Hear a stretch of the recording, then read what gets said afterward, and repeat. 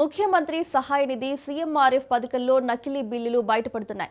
దీంతో నకిలీ బిల్లులపై అధికారులు దృష్టి సారించారు. అయితే ఈ పథకంలో వచ్చే డబ్బులను దక్కించుకోవడం కోసం కొంతమంది దళారులు అడ్డదారులు తొక్కారు. ఆసుపత్రులకు సంబంధించిన నకిలీ బిల్లులు సృష్టించి సీఎంఆర్ఎఫ్ కు దరఖాస్తు చేసుకున్నారు. రోగి చికిత్స చేయించుకోకుండా బిల్లులు సృష్టించారు.